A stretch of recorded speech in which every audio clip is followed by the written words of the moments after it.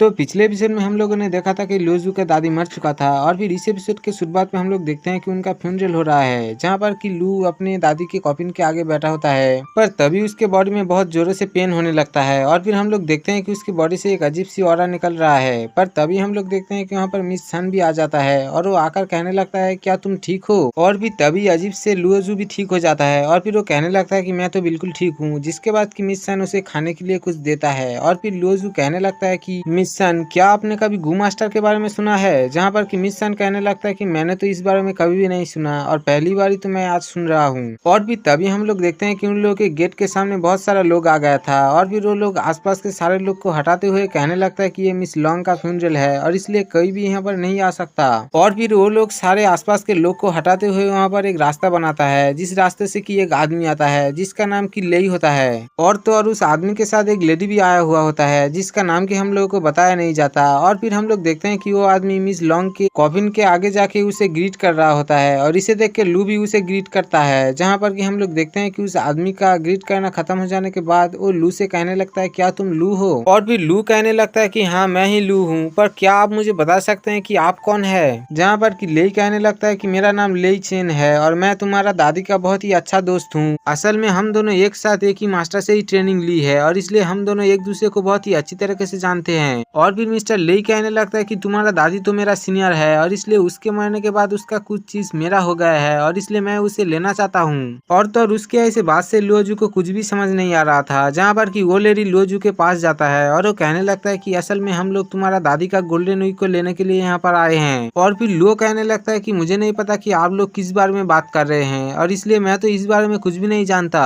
और फिर मिस्टर लेई कहने लगता है कि मुझे लगता है कि गोल्डन वीक को बहुत ही अच्छी तरीके से तुम्हें मुझे दे देना चाहिए। पर फिर भी लू इस बारे में कुछ भी नहीं कहता, जहाँ पर कि वो लेडी कहने लगता है कि मिस्टर लेई तुम्हारा अच्छे के लिए ही बोल रहा है और इसलिए तुम्हें गोल्डन वीक को हम लोगों को दे देना चाहिए। जहाँ पर कि लू फिर भी इस बारे में कुछ भी नहीं कहता। और फिर उसके ऐसे रवैया को देखते हुए मिस्टर लेई उसके पास जाता है और वो कहने लगता है कि तुम अगर एक अच्छी लाइफ अच्छे से जीना चाहते हो तो फिर तुम गोल्डन वीक को हमें दे दो, और अगर तुम ऐसा नहीं करते तो फिर मैं तुम्हारा लाइफ को ही बर्बाद कर दूंगा। जहाँ पर कि लू कहने लगता है कि आप क्या कह रहे हैं, मुझे कुछ भी नहीं पता और इसलिए आप इस बारे में मुझे टॉर्चर मत कीजिए। और फिर मिस्टर लेई कहने लगता है कि तुम अगर हमें ऐसा कहोगे तो फिर हम लोग तुम्हारा घर का तलाशी जरूर लेंगे। और फिर हम लोग देखते हैं कि बहुत सारे लोग आके उसके घर की तलाशी लेने के लिए, और इस चीज को देखते हुए लू उन लोगों को रोकने के लिए जाता है, जहाँ पर कि मिस्टर लेई उसे गर्दन से पकड़ लेता है और फिर उसे अटैक करके इंजर्ड भी कर देता है। और फिर मिस्टर लेई उसे पकड़ के घर के बाहर फेंक देता है, जहाँ पर कि बहुत सारा आदमी उसे पकड़ लेता है। और फिर हम लोग देखते हैं कि मिस्टर लेई के आदमी उसके घर के चारों तरफ सर्च करने लगता है, जहाँ पर कि वो लोग सर्च कम और तोड़फोड़ ज्यादा कर रहे थे और इसे देख के तो लू को बहुत ही गुस्सा आ रहा था। और फिर पूरी घर को सर्च करने के बाद मिस्टर लेई का एक आदमी आके कहने लगता है कि हम लोगों को यहाँ पर कुछ भी नहीं मिला। और इसे सुन के तो वो लेडी कहने लगता है कि तो फिर हम लोगों को तो अब एक ही चीज सर्च करना चाहिए। और इस तरह से तो वो लियो के दादी के कॉफिन की तरफ इशारा कर रहा था, जिसे देख के लियो को तो बहुत ही गुस्सा आ रहा था और वो कहने लगता है कि तुम मेरे दादी के साथ ऐसा बिल्कुल नहीं कर सकते। पर फिर भी वो लेडी उस कॉफिन को खोल देता है, जिससे कि लियो को तो बहुत ही गुस्सा आ रहा था और फिर उसके अंदर के गोल्डन वीक के पावर एक्टिवेट हो जाता है, जिसके बाद कि वो जाकर उस लेडी को एक पंच मारता है, जिससे कि वो बहुत ही इंजर्ड हो जाता है। और फिर इस चीज से तो मिस्टर लेई को भी गुस्सा आ जाता है, जहाँ पर कि वो भी उसके ऊपर अटैक कर देता है। पर फिर भी हम लोग देखते हैं कि लू उसे एक ही हाथ से ही रोक लिया था। और इस चीज को देखते हुए मिस्टर लेई कहने लगता है कि ये तो गोल्डन वीक की पावर है, इसका मतलब कि गोल्डन वीक तुम्हारा अंदर है। और फिर वो उसके हाथ को पकड़ते हुए बाहर फेंक देता है, जिसके बाद कि वो 2 इंसेक्ट लियो के बॉडी में प्लांट कर देता है, जिसके कारण कि लियो के बॉडी के अंदर से बहुत सारा नुकीली चीज बाहर आने लगता है। और इस चीज से तो लियो को बहुत ही दर्द हो रहा था, जहाँ पर कि वो बंदा उसके सामने आ जाता है और फिर मिस्टर लेई उसे कॉलर से पकड़ लेता है और फिर वो कहने लगता है कि लगता है तुम्हारा दादी तुमसे प्यार नहीं करती और इसलिए उसने गोल्डन वीक को तुम्हें दे दिया। और ये कहते हुए वो अपना हाथ लियो के बॉडी के अंदर घुसा देता है और इस तरह से वो उसके अंदर से गोल्डन वीक को बाहर निकालने की कोशिश कर रहा था, पर फिर भी हम लोग देखते हैं कि वो उसे निकाल नहीं पा रहा था। और फिर हम लोग देखते हैं कि लेई के हाथ से भी वैसे नुकीली चीज बाहर आने लगता है और फिर लियो उसे अटैक करके दूर हटा देता है। और फिर मिस्टर लेई कहने लगता है कि गोल्डन वीक तो तुम्हें प्रोटेक्ट कर रहा है और इसलिए ऐसा कैसे हो सकता है, जहाँ पर कि हम लोग लियो को देखते हैं जो कि बहुत ही इंजर्ड हो चुका था और उसे तो बहुत ही पेन हो रहा था। और फिर हम लोग देखते हैं कि वो लेडी मिस्टर लेई के सारे आदमी को घर के बाहर फेंक देता है, जिसके बाद कि वो कहने लगता है कि क्या तुम ठीक हो। पर मिस्टर लेई को कुछ भी समझ नहीं आ रहा था और फिर वो लेडी कहने लगता है कि तुम तो बहुत ही इंजर्ड हो चुके हो और इसलिए मुझे लगता है कि तुम्हें अब रेस्ट करना चाहिए और इस चीज को तुम मेरे ऊपर छोड़ दो।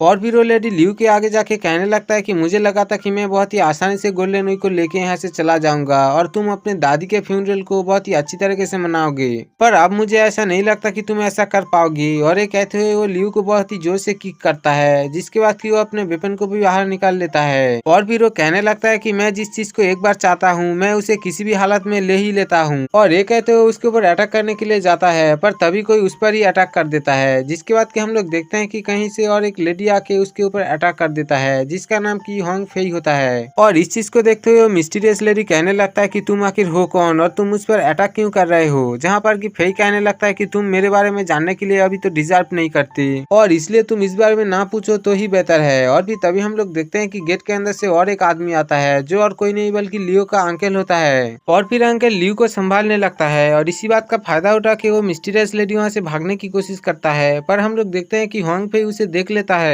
और फिर वो उसे कहने लगता है कि ये तो अभी खत्म नहीं हुआ है और इसलिए तुम यहाँ से नहीं जा सकती। और ये कह के वो उसके ऊपर अटैक कर देता है, जहाँ पर कि हम लोग देखते हैं कि होंग फेई उसे बहुत ही अच्छी तरीके से टक्कर दे रहा है, जहाँ पर कि वो लेडी भी होंग फेई को अटैक करने की कोशिश कर रहा था, पर होंग फेई उसके सारे अटैक को बहुत ही अच्छी तरीके से डॉच कर रहा था और उसके ऊपर अटैक भी कर रहा था। और इस चीज को देखते हुए वो लेडी यहाँ पर अपने पंखे की मदद से धुआं फैला देता है और इसके मदद से वहाँ से भागने की कोशिश करता है, पर फिर भी होंग फेई अपने नाइफ की मदद से उसे अटैक कर देता है। होंग फेई की अटैक की वजह से वो लड़की बहुत ही इंजर्ड हो जाता है, जिसके बाद कि उसका असली आइडेंटिटी भी रिवील हो जाता है, जहाँ पर कि हम लोग देखते हैं कि वो लेडी और कोई नहीं बल्कि वो तीनों इविल मास्टर में से एक है। और इस चीज को देखते हुए लो का अंकल मिस्टर लेई से कहने लगता है कि तुम तो एक गांव के मास्टर हो, तो फिर तुम ऐसा कैसे कर सकते हो, तुमने तो एक इविल पर्सन को अपने साथ लाया और इसलिए तुम इसके बारे में क्या कहना चाहते हो। और फिर हम लोग मिस्टर लेई को देखते हैं, जिसे कि कुछ भी समझ नहीं आ रहा था, जहाँ पर कि वो इविल पर्सन कहने लगता है कि ये तो एक गधा है जो कि मुझ पर बिल्कुल भी शक नहीं किया और इसलिए मैंने इसे बहुत ही आसानी से अपने जाल में फंसा लिया और इसलिए मैं तो बहुत ही आसानी से गोल्डन वीक के पास चला आया था।